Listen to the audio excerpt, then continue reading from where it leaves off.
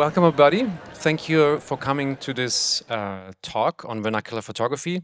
Everyone Goes Vernacular, a panel on the rising popularity of vernacular photography, vernacular toute la sauce, our French title for this panel discussion.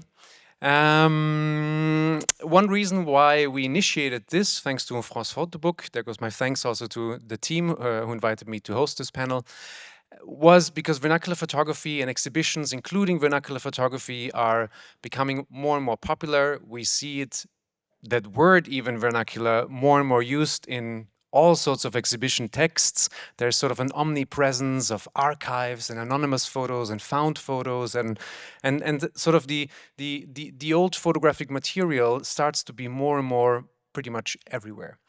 And that term vernacular photography embeds itself sometimes randomly, sometimes precise. And we thought it's a good idea to host a conversation around that topic of the popularity, but also we will discuss a little bit what vernacular photography actually means, what do we include, what do we exclude, where's the flexibility of that term. So let me first introduce our panelists here. We start with Chiara Capodice. I'm going to read this, so I'm not making any mistakes. Chiara Capodice is a curator and a book designer, a bookshop owner based in Rome. Since 2005, she has been immersed in the world of photography, curating exhibitions and photo books. In 2017, she launched Leparello. That's a photo book shop and product space dedicated to the photo book and independent publishing in Rome. Through workshops, talks, and exhibitions, Chiara has become a central figure in Italian's photo book scene. I've known about her much longer than I've known her. So it's great to get to know you for real also. She works on thoughtful storytelling, collaborative production. She also teaches at Spazio Labo and Officine Fotografiche, and regularly is the juror of International Photo Book Awards. And she is very philosophical in her approach, and I love the way usually when you ask one question, you get about 6 different angles in the answer, and that makes her a wonderful addition to this round table discussion. Next to her, Ramon Reverte is the editor and creative director of Editorial RM, an independent publishing house based in Mexico City and in Barcelona. RM is recognized as a reference in the field of photography and contemporary Ibero-American art, with more than 400 titles published. I have many of his books. Also, I knew his work and books much before I actually met you in person. He oversees the editorial production with a focus that balances on conceptual rigor and very, very meticulous editing. Throughout his career, he has played a key role in strengthening the publisher's international presence. He regularly takes part in fairs, also here. He's also a juror and professional events in the photography world. His personal photo book collection, which I heard is quite enormous, more than 4,000 titles with a specific focus on the Latin American world, but also Spain, Japan, and the United States. And he has also a very extensive vernacular collection with 10,000 photos, especially from Mexico, that he gathered on flea markets over the years. And if you go on his Instagram, you can see some of these jewels. I mean, marvels. There's also a book that recently came out. We have it hidden somewhere here. Where did we just put it? Down there. That comes out with a tiny, tiny fraction of his collection. So that's sort of Las Mexicanas. And next to Ramon, Luce Lebar is a historian of photography, an exhibition curator and a researcher. She's also the former director of the collection at the Société Française de Photographie. Her curatorial work spans from the National Gallery of Canada to here in Arles, to the Photo Festival. Luce has a remarkable talent for unearthing forgotten archives, as seen in her acclaimed exhibitions Gold and Silver. The Invention Saga, her works explores the intersection between photography, science, memory, marginal histories with a very, I would say, keen eye for visual power and political nuances. She also collaborates closely with the Archive of Modern Conflict. In case some people of you know it, it's a very, very mysterious, incredible archive that deals with the vernacular on a very large sort of scale. And she's known for producing compelling narratives out of these vernacular photography deposits. And since 2022, she has been co-artistic director of the Fotografia Europea Festival in Italy. My name is Lukas Birk. I was asked to host this event as I'm deeply engaged with archives and vernacular photography as a researcher. I work primarily in conflict areas and have a publishing house called Fraglich Publishing that exclusively deals with vernacular photography, archives, and sort of the research of the past. Now, maybe to start with, let's dive into this term vernacular, because I think there's still a little bit of a questioning. What does this term entail? Where does it come from? At a talk yesterday, William, who sits here, also asked, what is this? What is this term vernacular? So, it is out there.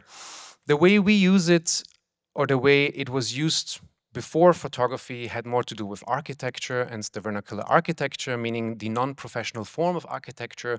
Like when I build a house, it's definitely very vernacular because my building skills are dubious.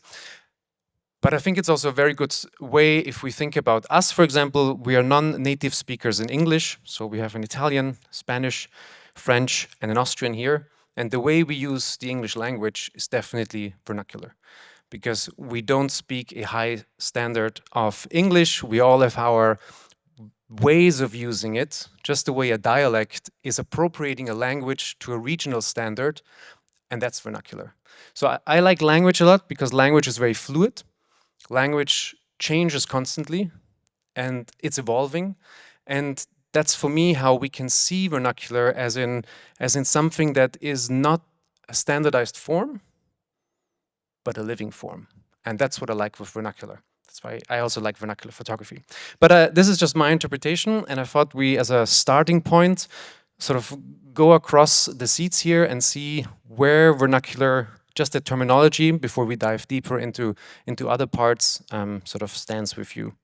Maybe, Luce, if we could start with you, sort of to add on what within your work, your understanding, also as a historian, this sort of where this vernacular stands right now. Well, thank you. Thank you for the invitation.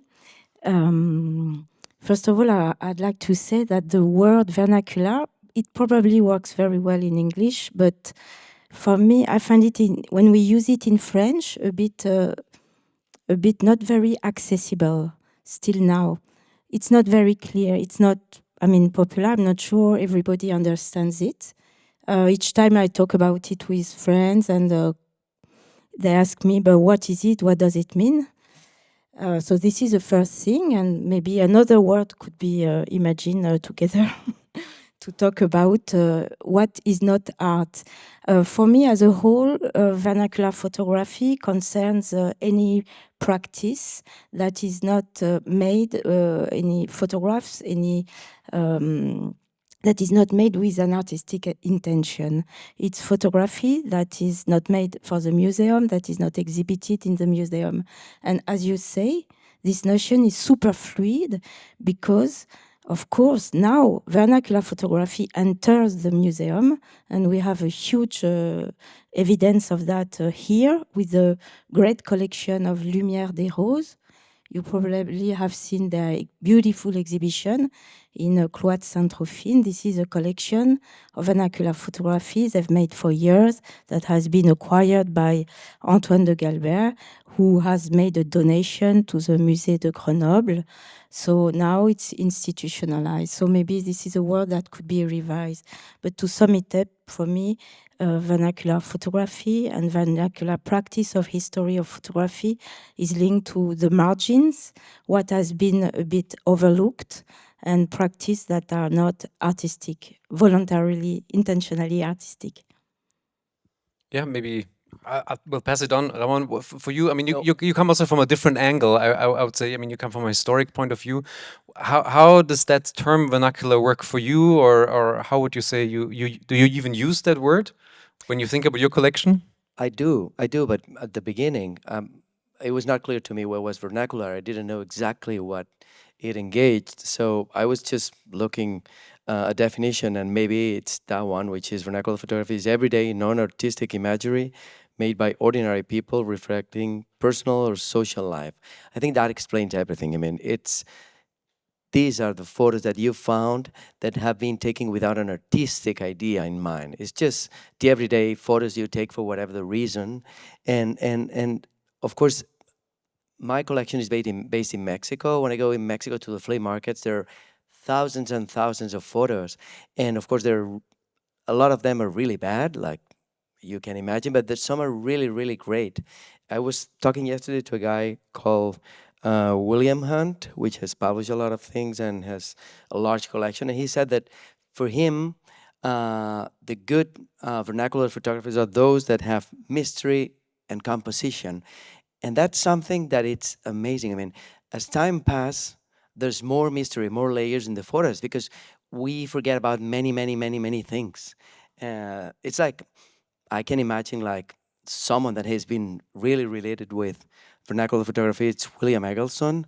When he took the photos, no one understood that because they were so common, so banal that no one could understand nothing. Then when we see the images of William Eggleston now, we see a lot of things that at the time were given by, I mean, there was something normal and they are not. So with vernacular photography, maybe 100, 150 years have passed and they have a different meaning, a complete different meaning. And there's a lot of mystery because we cannot read those images unless we have learned a lot of what happened at that time and why these peoples are behaving the way they're behaving, the dresses they are, where the picture was taken. So it's something that it's very attractive. That word mystery, I think it defines perfectly what for me it's a good vernacular photography.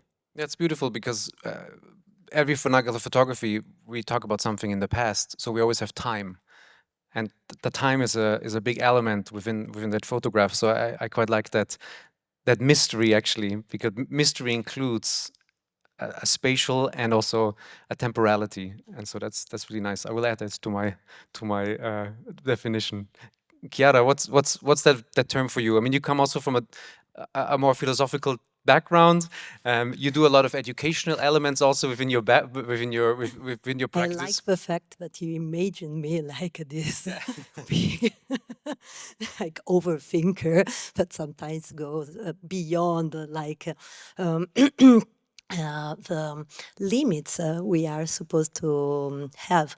But I think that mystery is a key word to understand it and going beyond this separation between artistic and not artistic.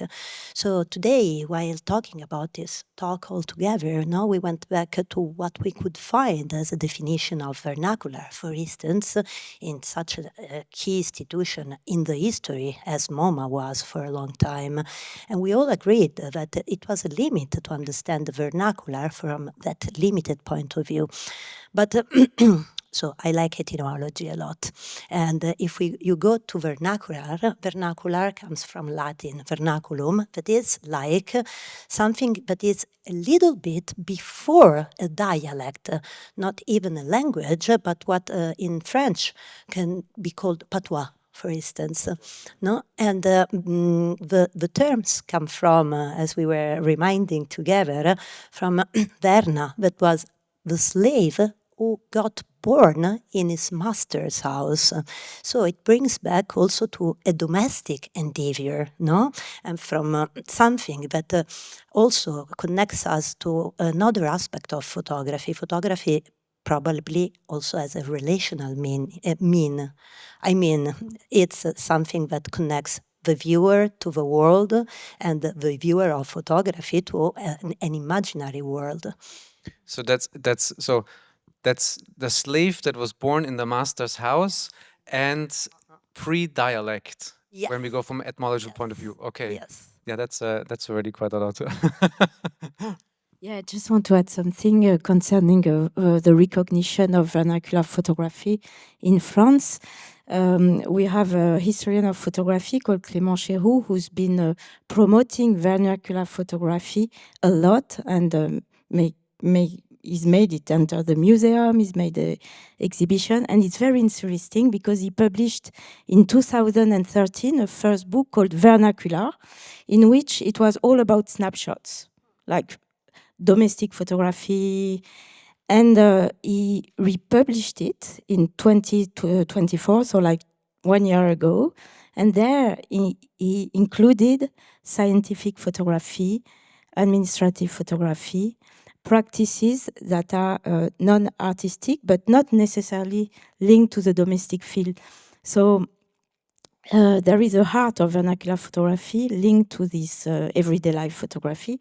But for us, historians, at least, we really embrace the many uses of photography, practices and uses that are not artistically intentional nowadays. And I think that's as we said before, there's something beautiful with vernacular. That term and the field is still very flexible in terms of what we include within this realm. And as you said, any administrative photograph that has actually something professional attached to it, with time, it can sort of still slip into the vernacular. And you were mentioned MoMA before. So MoMA has a sort of definition of what is vernacular, and many people refer to that because when you Google it, that's more or less the first thing that comes up. So it becomes this reference, but they're more differentiating fine art as being fine art photography, and then the rest, and that's vernacular. So, but that's a very specific point of view from a MoMA perspective, which we understand why it is there. Just out of curiosity, we go a little bit deeper into your own personalities, maybe first, before we dive into something else I'm curious about, sort of where your personal interest comes in terms of vernacular. Like, what is your access point? Because we have photographers here in the audience and makers. Some of you might work with vernacular photography. Some are curious to dive into it or want to create a collection or have a collection. So where is your sort of personal access to it? Maybe we start with you again.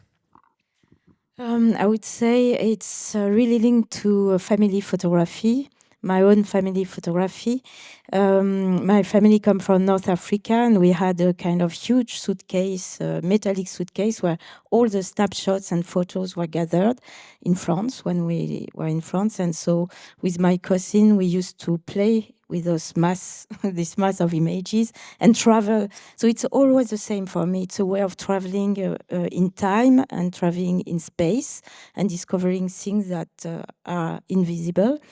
So this is the first really strong link. And the second one, I would say I belong to a generation of historians that has been, that has discovered photography through books, and books where photography was usually published in black and white, like PhotoBook. They were cheap, accessible, all the same size images, black and white. And it was something that collided with what I was living with through photographs that were sometimes on metal, object, artifact.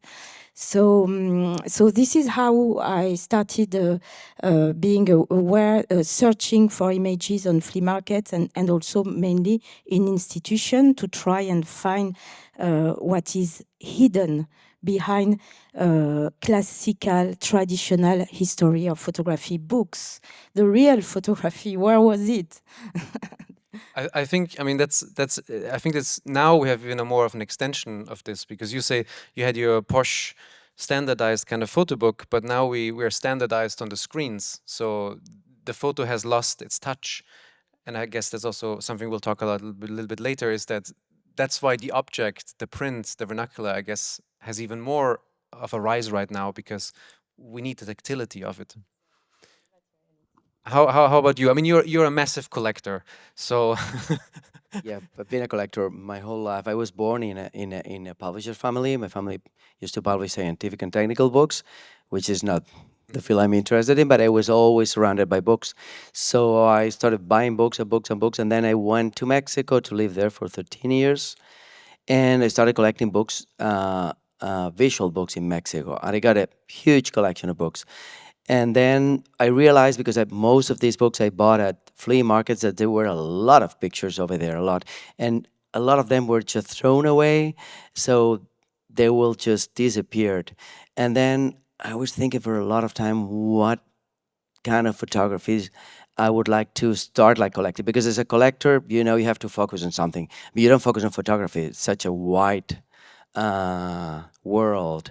So I started collecting photographies because of this, because I thought they will be lost, and they were so pretty, so beautiful. And then once you start, you keep collecting, because it's like the same in France. I mean, if you go to Paris to the flea market, I mean, you get photos for nothing, and some of them are really nice. And once you start doing a collection with a focus on something, whatever it is, I think you can do a great collection because there are millions of photos. Now that's something that it's now available all over, but I think maybe in 20, 30, 40 years there will be none, and there will be in museums or in places, and now you can get a nice collection. That's something I always try doing it. So people that collect, that they start collecting photos, not for the sake of collecting, photos, but because I've seen so many photos that have been lost because no one wanted them, because there are so many thrown away, and then in the end they just are gone. So I feel we have to all of us in a way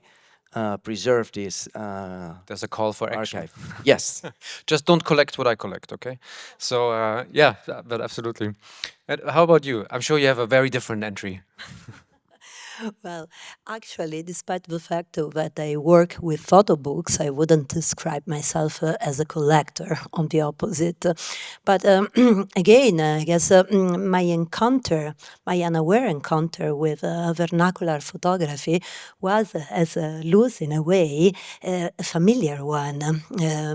I remember I had two grandaunties who loved to travel a lot. And once my mother was talking on the phone with them, and I was telling her, tell them that I want to travel like them. And they sent me a picture. And the picture was about two tiny ladies in front of a pyramid in the 20s. And for me, this was a big, big symbol of freedom and of will to travel. So I wouldn't describe that picture as a collectible item, but as again a relational mean. No, I kept as a treasure. But that's the beauty when we have so many of the works now that are on family histories, that use family albums, that we have a universal connection to it. And I mean, that's also what we see in many exhibitions, we see in many more photo books, is exactly that. We can find connections to an individual photo, a series of photo, even if it's in another country, that in the end relates to us because it's that living history. Yeah, even though this family thing can be tricky, because I witnessed that it can also push people toward an introverted view of what vernacular photography is, and can limit the potential of vernacular photography. So we started this panel here with a question of sorts. Everyone's gone for vernacular. I mean, this can be a statement or this can be a question, because we said vernacular is on the rise. We see more exhibitions. We see a lot more artists working with it. We have more institutions that are interested in the sort of everyday photography. But there's a question a little bit to maybe differentiate or understand not only the material, but how we engage with the material. So maybe, Luce, for you, how do we collect is important. Do we collect? Do we create archives? What are the differences between a collector and an archivist, or a collection and an archive? Yes, it's very different practice, and often the names are mixed, and we call an archive what is a collection, etc. But behind it is a very different way of collecting, and as well it leads to different ways of using the images. I would say that archiving, an archive is something that is created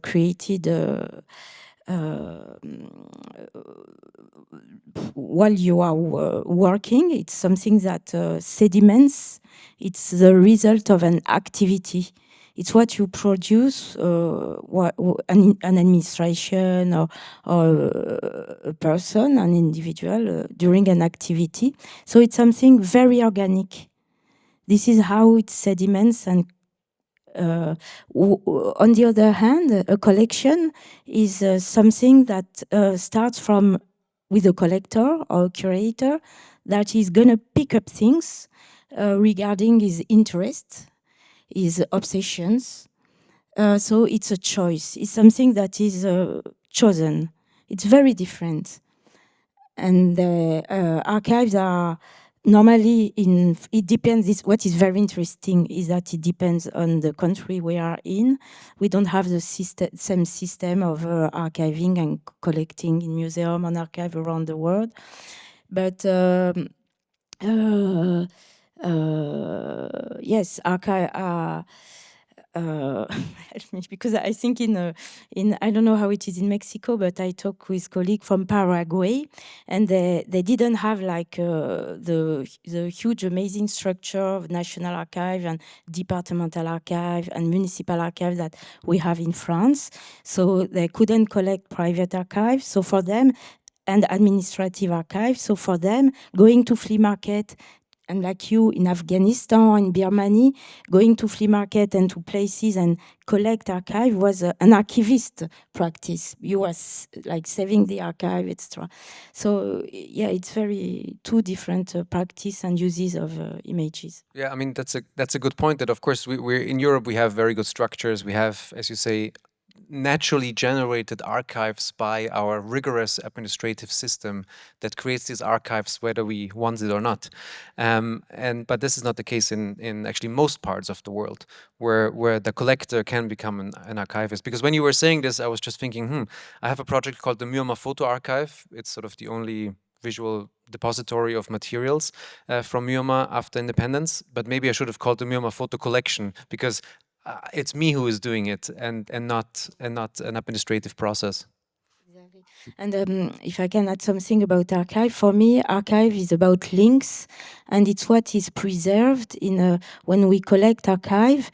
Archive is like an archive is like a family with brothers, sisters, many artifacts that are links in between themselves. Paper, written notes, manuscript, photos. And if we keep the big family together, we keep the link in between the things. And this is what is very rich, very interesting for historians as well, and to keep the integrity of the archive. And when in a collection, it's much more picking up. And of course, you understand that for a historian of the future, it changes a lot of things if we keep all the links in between things. Yeah, I guess that collectors are cherry picking. They collect the cherry on the cake. Yeah, and the cake gets lost. So the historian is interested in the cake and maybe not the cherry. But yes and no, I know. I mean, probably in France it's different, but in Mexico, for instance, collectors create archives. I mean, they create an archive, and then you go, let's say in Mexico, the biggest archive is La Fototeca de Pachuca, which is Pachuca is a small place, and they have a big archives. And then you go into the Fototeca Pachuca, and they say, we have this archive, it's from that guy. This archive is from that guy. So the collectors make the archive in this case, no? And yes, they handpick, but then they all collectors have like a specialty, and they want to collect whatever they want, but it's a different thing. So in the end, for me, it's not that clear the difference between a collection and an archive, because most of the archives, even now, because we were talking with these two ladies from the US that live in Mexico, and they were creating like large archives of images, and they were giving it for free to museums. So the museum creates an archive, but it's based on a collection. Yeah. So it's the same thing in the end. Yeah. So I believe it's like. Yeah, that's right. No, please. There's also, I was recently thinking there's a great example to look up in Hungary. There's the Fortepan archive. It's run by an individual who just gets donation of film rolls, and he just scans and he keeps whatever he thinks is worth keeping. And so it's a very individually selected archive, but it's so massive that it represents not only the country, but really the region, because we're talking hundreds of thousands of images. So, so there's this fluidity between the archive of a place and then the collection. I think your description as a circle is very effective in describing a process that can start from a collection and then is systematized. And maybe we can also use the word catalog, no? And it brings back to the families you were talking about. In Roma there is this institution, ICCD, Istituto Centrale per il Catalogo e la Documentazione, Central Institute for Catalogation and documentation that gathers together several archives that comes from private collectors to like a more public service. And the thing is exactly what we were describing, creating a network that is easy to read from researchers and open one. Now, the interesting thing is that, and we were talking about this earlier, is that vernacular photography, as we know, or the collection or the interest in this kind of field comes from people. And only later on, just about now, the interest starts to be there from institutions and museums and public gatherings and depositories. So they're sort of catching up with the people who are interested in that type of photography. And I think now we're at this point where we ask ourselves, like, how do we collect? What we sort of talked a little bit right now, how can we collect? What is collecting, what is archiving? But we're also at the point where we really should ask ourselves, what do we do with these collections? And I think that's where, at this moment, we have a real shift in the last 10, 15 years, where there's an explosion of people rethinking these depositories of images, whether they were archives created by sort of an organic process, as you described, or by collectors that made collections to a specific theme or purpose. So there's something that I would like to ask you, because you all work in different fields, from a curatorial aspect, making books, publishing books, being involved in education. Where are we right now in terms of how archives are being used, and what are the specificities for you where you think like, wow, this surprised me even that we are using archives in that way? And maybe we can start with you, because you do a lot of educational things. You are involved with a lot of young makers also, and you have a specific access, I think, to young photographers, aspiring makers that use also vernacular. Yes, and I think now we started using also archive as a term, but getting back to that vernacular one, I think that most of time this is a trigger to investigating further topics. And just by chance today, a student who was not a student of mine, but is part of a PhotoBook award, came to show me a book that it's very interesting from this point of view, because it's a collection, or like literally coming from workers who collected what was left after the factory closed, and she had the chance to witness what this material can be used for, and she just used the raw material. Let's use this like easygoing word, in order to reconstruct an history that it's a union history, it's a factory history, and in a way it gives us a site that we can contextualize in a more structured way. Whereas many times it comes to family things, and it's like interrogating the past. No? I think that's also in the workshops I give. The most usage of vernacular photography, and maybe there's some of you in the audience who use the sort of the family element or found images to create personal narratives, and also to deal with personal traumas, to deal with personal family traumas, and so on. So this we see a lot of in the publications, and I assume this is also within your field. You have a lot more narratives now that you've published that include in some ways vernacular photography.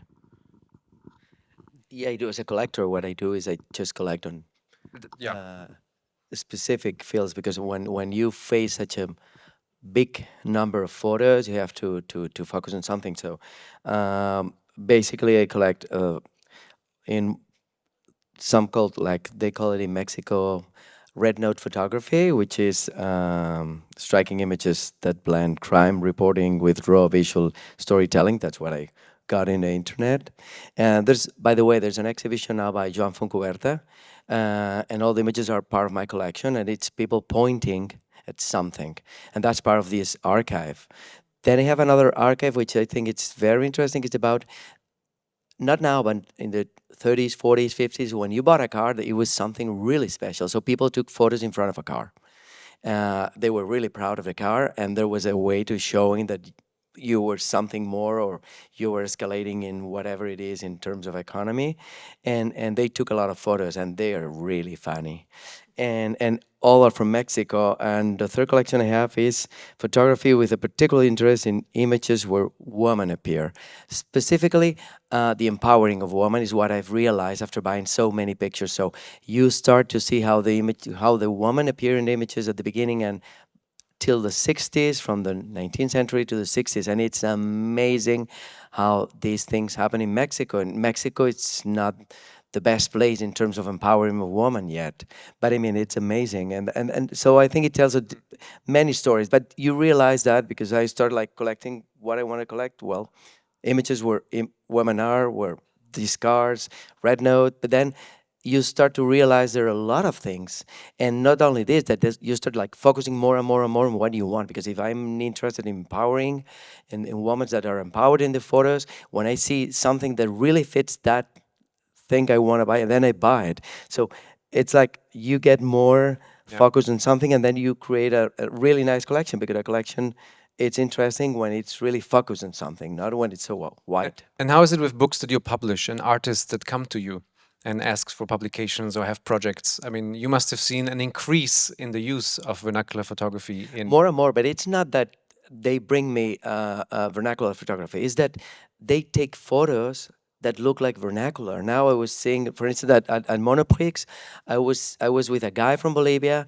and he's got a really nice work over there. I really love if you can go and see that.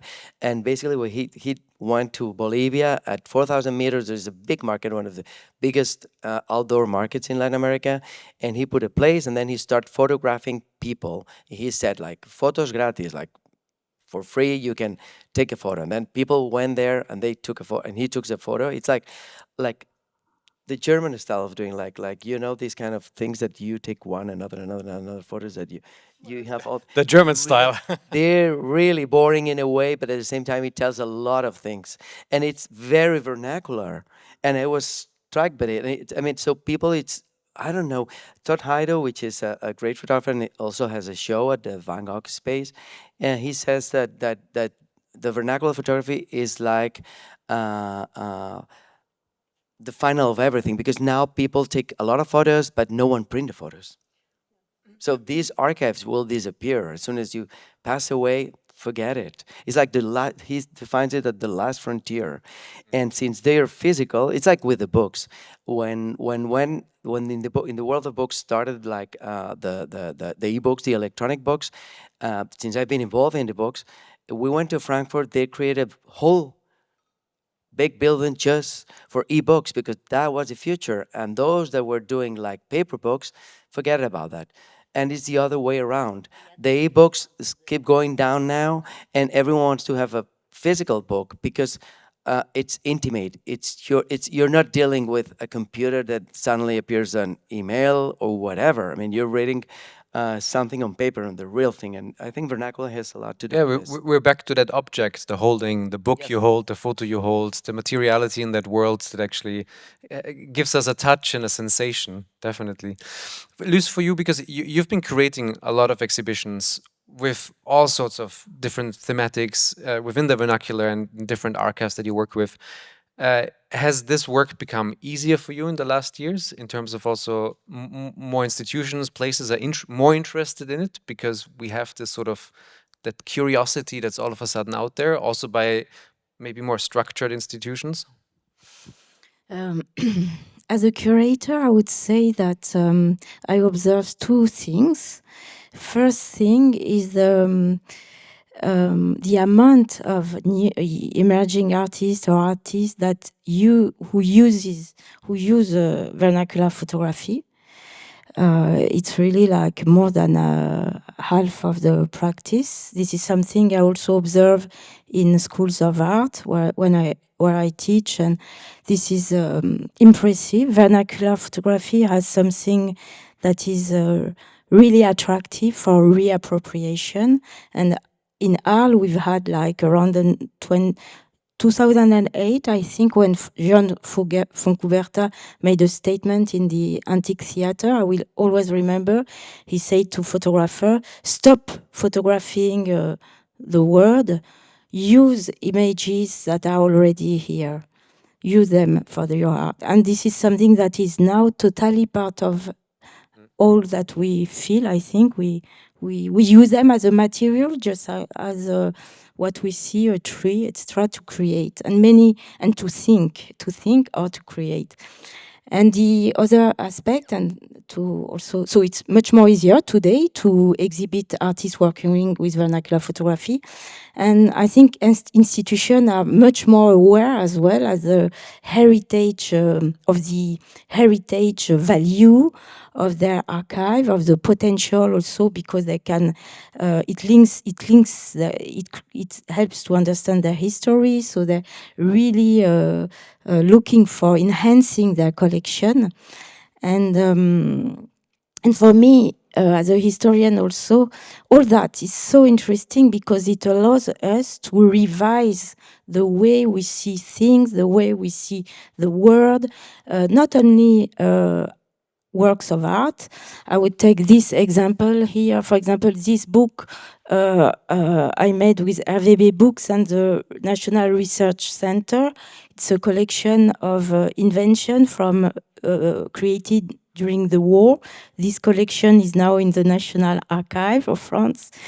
And these images during the war were taken with a special device, very simple. Objects were taken on a neutral background, centered, and the other device was the objects shown while they are in the hand of the inventor.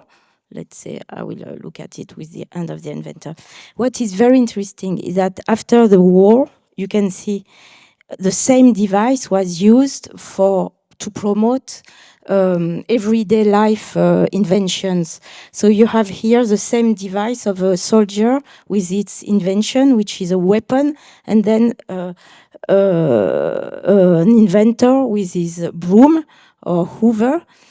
So for me, this archive that is so interesting, it tells a kind of story of where does advertisement photography comes, because of course, it's a long story, but the everyday life object images are linked to advertisement. And so, I mean, what I want to say is that these archives are a way to revise or to make archaeology of our everyday way of thinking, seeing the world, and of how we see images, because we are in the world of images, but they've all been constructed. And vernacular photography has played a huge role in the construction of everyday life photography, which is everything that surrounds us. Well, that's also interesting that the way you say that we've always our world, our physical world, we reuse the same things over and over again. There's buildings that stand for 300 years somewhere, and it has changed its meaning, it has changed its purpose. You've used it in art and photography, and you can use the same thing over and over again, and it has been by many painters, by many one object. And now we're at the stage where people can do the same with a photograph, and they can use the same photograph over and over again and rethink it and reconstruct it, and that also with vernacular photography. And I think that's very exciting. And I was thinking, Ramon, you were mentioning to me earlier that a big part, of course, is that also the way we think about classical photography from the 19th century is so inspired by vernacular photography. I mean, there's so many photographers that were inspired by vernacular photography that we actually know, but we think we of course think of them as professional photographers. Yes, I mean, you wouldn't understand, let's say, Walker Evans or Eggleston, of course, or Lee Friedlander. I mean, he's like taking snapshots of whatever, but in a great way. And what about Martin Parr? I mean, he's basically shooting like every one of us in a way. I mean, he's so smart. But I mean, what I cannot understand yet is how history has been written without taking into account the importance of vernacular photography. I think it's, I mean, what we know of photography, when we go to shows like this or Paris Photo, is just like a lake. But vernacular photography is like a sea. It's so huge that I think it will take decades to clearly understand, or in a way put all the layers in place so we can clearly understand what it is. If we cannot even um, get to the point where we have a word that defines this kind of photography, forget about describing what is vernacular photography in general terms of how many layers are. So I think it's incredible how the influence and how it's been like forgotten in the history of photography and in the museums. Now it's starting. Museums are starting to collect because they have realized, but that's not because they want to. It's just because there are a lot of collectors giving for free photos, and they have to start doing this. The MoMA, for instance, it just published like I think it's 3 volumes of photography, and the first volume start with like vernacular photography in a way. So that says a lot. I mean, it's when it's already in the canon, we're good, but I mean, there's a long journey to go.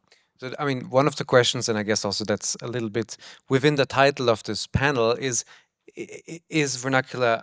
It's that popularity right now, is that a hip hype, or you think there will be a descent again in the interest, or will that sort of, is it just now we have it, it's established, we'll keep that as a medium, as you say, it's, and John von Coberta said it's a medium we use, and it's there now for you to use forever? Or are we in a state where, you know, we have popularity like with many things, and then and sort of it will fade out a bit?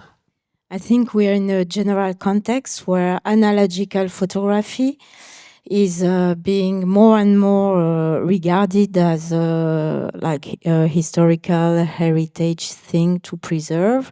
I don't know what, I think it's in Germany that it was recently sorted out as a historical heritage to protect analogical photography in general. And yes, I think this materiality of photography is something that is gonna be, it's not gonna stop being important. And I mean, here's a context also. Some might not be aware, but if we go back 20 years when digitization started and digital cameras and digital scanning processes, so many administrative systems and structures were just digitizing everything and dumped the rest away. You could really go through dumpsters of big archives and get the treasures of the last 100 years. And this is en masses. This was done in the US and in Europe. And now we're only 20 years later. There's already a shift in terms of the materiality of these archives, that actually there was a value towards it, because it's not the cherry, it's the cake. That's maybe interesting. And so that's, yeah, that sort of feeds within that. Yeah, I think it's the physicality of of the object. I don't know. I have 2 boys, and one of them is crazy about photography because he loves something, which is volcanoes.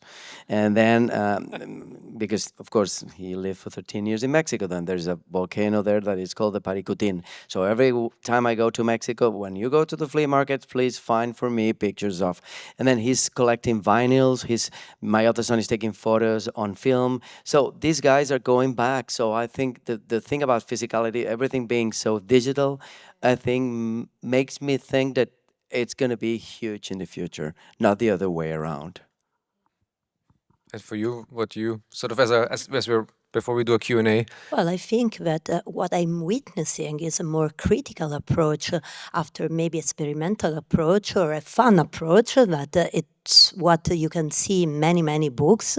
No, now maybe you have like a more like a transversal view of things, and it was just coming to my mind.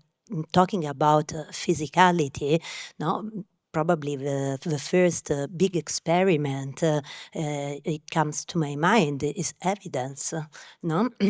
And it's about vernacular photography, and a specific kind of a vernacular photography that are like police archives or like a big defense company archives. And the very ambivalence of that work was based on the quality of the photographic material Larry Sultan and Mike Mandel played with. yeah. Just would like to add that the question of vernacular photography also concerns digital photography. Of course. Yes, and we see that in the practice of artists like Penelope Umbrico or others, or Thomas Mailander, they go and collect images on the web and rework them and make us see things we wouldn't see otherwise because we're so taken in the flow of images. So, of course, we all agree it's super linked to the question of materiality, but vernacular also practices, commercial practices also are digital as well. I mean, and we have very famous artists, Joachim Schmidt and Eric Kessels, who use the vernacular of today in a way that I guess we don't also have certain terminology yet, because it's much easier to talk about the past than to talk about what is happening right now, because that's even more in flux in terms of terminology than what we had in the past. Maybe talking please. about history of photography or history of art, we can start talking about history of images, and that creates now a wider ocean, as you were mentioning, where there is digital material and everything. Now we are dealing with icons and with patterns that are now clearly, more and more clearly set in order. No? Yeah. It just made me think that the interest for vernacular photography is maybe as well linked to the fact that the practice of preservation are changing. You mentioned it. We produce now a lot of images that are not meant to be preserved, like family photos, etc. And this is a super shift in the history of images. We're producing many images that are not here, that are not produced to be kept. When for years, at least 200 years, we've produced images in order to keep them, archive them, whether they are domestic or professional. And this big shift maybe helps us to, leads us to really be super excited with what we can have hold in our hand. Well, we also have to shift that so far what history kept and what we know from history is kept by those who have the means to keep things. So usually our history is told by the ones in power, and now we have a historic timeline and historic stories by those who are not in power, but who just lived history. And I guess that's also why, as you say, so many people are excited about vernacular, because we have these stories of everyday people that are now come out into the open, and we can all relate to it. It's not just numbers and facts that talk to us about history. Maybe at this point we open it up to maybe some questions that are in the audience. Maybe some of you are involved in vernacular photography, artists, creators, collectors who have some ideas, thoughts to share, something you want to ask.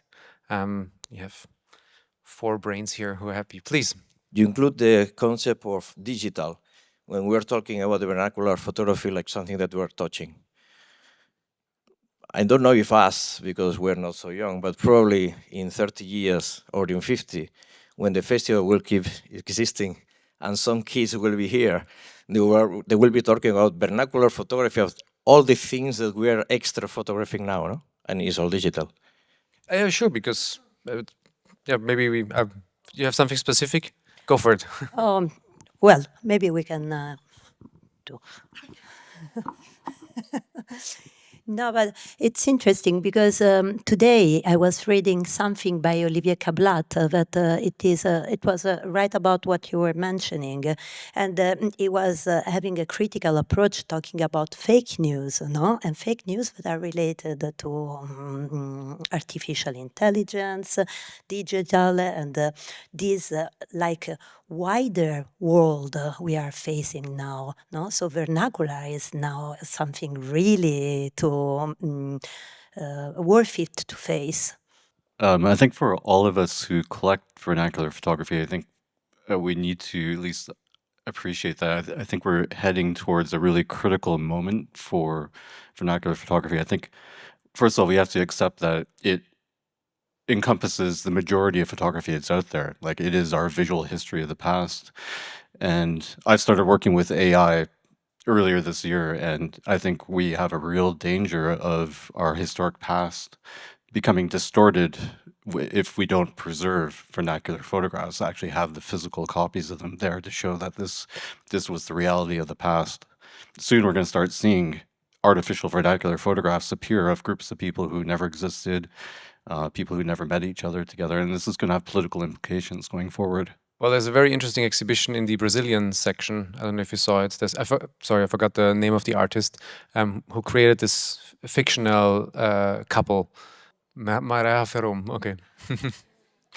Thank you. But this is really interesting to see because, for one, it's incredibly well done, and it really talks in some respects about that. But I thought it was a very smart and very good work. I just think we need to start thinking about having some sort of structures in place to how do we preserve the authenticity of vernacular photographs before they get ingested into the AI. I think authenticity is a very tricky word. Well, but a good point you raised is that we have more vernacular photography than any other photography in this planet. Just so, please. Thanks. I'm really enjoying this panel. Thank you so much. And I have some thoughts and questions as an archivist, because that's my job. I'm an audiovisual archivist. And I work on projects that connect communities, artists, and collectors with institutions. So, I mean, first of all, I want to say that we are developing standards for preservation for people of their cell phone photography, but that funding for that project was pulled by the current administration in the United States this year, and they have pulled funding for most archive and library projects. So I just want to note that that is like in the works, that can be used by communities too, not just by institutions. But something that comes up in my field a lot that I'm really curious how you all are handling is we used to talk about access, like how can we get more people to use archival collections? How can we connect with communities more? How can we get more people to see vernacular photography? But now there are a lot more questions about how do we pull back and have respect for the people in the photos when we're exhibiting them, when we're curating them, when we're putting collections out. So as curators and collectors, I'm really curious, like, what ethical structures do you create for yourselves when you are, what questions about representation do you ask when you're putting these together? It's a very important question. Maybe can I give that difficult one to you before I add my sauce to it? Thank you for this question. It's something I very often think about. And we are often confronted, like in jury of awards, when artists propose like to cut images or, it's some, I mean, there's no ethical statement, maybe something we could think about together. But of course, the idea is that the message, the sense, what is tell has to connect with what is done with and of course it's super subjective, but we do have to be vigilant. I totally agree with what it means to also in the way we collect images and the way we use them, because there are no limits. The limit is the imagination of the artist. I mean, of course, when the archive come from an institution, you're not going to cut them or like paint on them. You will have to use their reproduction to do that. But yeah, it's something I start collections, quite a few, and one specifically in Myanmar. It's called the Myanmar Photo Archive, and because it's a country that has no visual depository at all, except for colonial archives. So the collection we have, the archive, the collection, is the only one in the world, which means whatever we have, show, and use is the visual representation of the past of this country. And of course, that's a huge burden. So we constantly ask ourselves, and I'm a foreigner there, of course, that's not a whole big issue. But we constantly ask ourselves, what do we do with these materials? And what is the copyright issue? What is how do we deal with this gray zone of appropriation? And one solution we found in Myanmar was that we just get local thinkers together and we discuss it. And we create some kind of a platform to come to an agreement. we don't agree, but we come to an agreement of what these materials are and how to use them, and that's the best we can do at this very moment. And we for us in the Myanmar Photo Archive, we sort of come to this conclusion that we apply fair use, which means we don't promote a single image or would sell a single image of this archive, let's say to an advertiser, which we get lots of questions asked, demands, but we use it always within a historical context. And if a copyright holder or someone with personal right, a person comes to us, we have to deal with it on an individual basis. So far, everything has been very positive for us in Myanmar. Someone comes to us and has seen himself or herself in an exhibition, and it's hooray, I'm in an exhibition. But yes, of course, this is a very, very important question where we have no guidelines. There are copyright laws depending on the country, but we have no exact guidelines. And I think we can only navigate that through negotiation, through conversation, and be totally transparent about that it is a gray zone. I think that's the most important part, that it's clear. We're working, I mean, most of these books we have here, tables, are in a complete gray zone in terms of personal right. And yeah, we have to be. Yeah, and I think it's also very important to trust the artists or the people. They can be a cook, a chief, or anyone who has something, feels something with an archive, or feels like making something creative. We have to help them, and in order that they can access to, because they have things to say, and they enlight it, and we have really to encourage it. I'm saying that because many artists also are hoping to work with such or such archive, which are an institution, but it's difficult. There are, of course, questions of author rights or I don't know what, but there's this need. You feel it. I feel it as a curator. They have things to say, and they show us the way as well. So to trust them as well is very important. Because the interesting thing, I mean, that's thinking about the publishing world. If you can publish all these things, you don't need to be a real rights holder. There's no law that forbids you from publishing a photo you found that actually you have no copyright to. Just as an info. That's, in a way, that's bizarre, but I mean, we operate all like this. So we're in a constant limbo world, actually, of no real rule and we're an unregulated entity, the culture. I think it depends on the country, because in France it's more complicated. Author rights is very protected. But with anonymous photographs, there's enormous amount of publications that there's no. If it comes from the private field, but if it's in an institution, we have to search and try and find the origin. And that's why when we collect in archive institution, we try to gather everything we can and take notes and record testimony in order to not to be cut from the information. Right. So thank you for that. Very, very important. Could be 12 panels just on that question. Anybody else? Question? I do have a question because this is all very new for me. So I coming from Brazil, what we are able to find there is much more limited than like the flea markets in here, for example, and even other countries that I've traveled. So I was just wondering if you guys know of other people that do the work that you do in these other countries where you have more limited access to like archives that didn't come from a colonizer, or even like the limited access to cameras for people to do these photographs themselves. So anybody? Maybe Ramon, in Latin America, do you know other sort of accessible archives? Yes, we publish a book by him also. Yeah, but the thing with that is that, I mean, I own my own collection, for instance. If someone wants to see it and gets in touch with me, I will be really happy. But there's no one that called me for these reasons, except when I publish a book. Then they know about it, then they come. But I mean, I know a lot of collectors because I know the guys that go to Mexico in the flea markets, because we are all the same guys picking up photos. But I mean, there is a moment right now that, and what do you, I mean, I have like 10, 11,000 photos. No one knows what I have. Not even I know what I have sometimes. And so it's difficult So people doesn't really know what you have.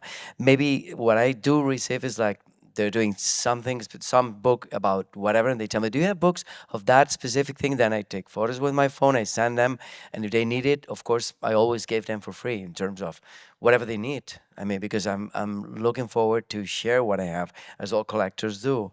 But there, it's not regulated. There's no, oh, no, yeah, you tried. Maybe there is a methodology that goes a little bit beyond the flea markets. Now, if you think about anthropology, for instance, is going investigating and creating relationships with communities. And thanks for using this word, which is very important, I think, besides the institutional work. And it's going in little cities, villages, families, and find way more than we can expect. Yeah, I mean, that's also, I think, for depending on the kind of work a researcher does. I mean, a lot of the archives that also I work it's field work. It's the work we do in Myanmar, in Afghanistan or Pakistan. There are no archives, just like in many other countries, and you just do the digging. There's still so many photo studios, small photo studios you will find in Brazil that still have somewhere their rolls of film because they couldn't throw it away, even if the parents passed, but it's still somewhere a memory attached. And I'm sure there's lots of depositories of that. And that's then, as Ramon mentioned, that sort of ground up creating a collection that in the end becomes maybe an institutional archive in the future. Okay, we have a few books here. You can also come to the front and ask us personally questions if you're too shy to ask them in the public. So thank you to the three of you for joining us. Thank you very much. Thank you, France PhotoBook, for organizing this. And there's some, I think your publishing house, is it here or is it in Collège Saint-Charles? No, it's here. It's here. So RM Publishing Editions is here. You can look at the books that he's also published. You can look at some of the things here. And yeah, if you have any questions, come down and talk to us. Thank you very much. We have two of my books here. Yeah. So thank you very much.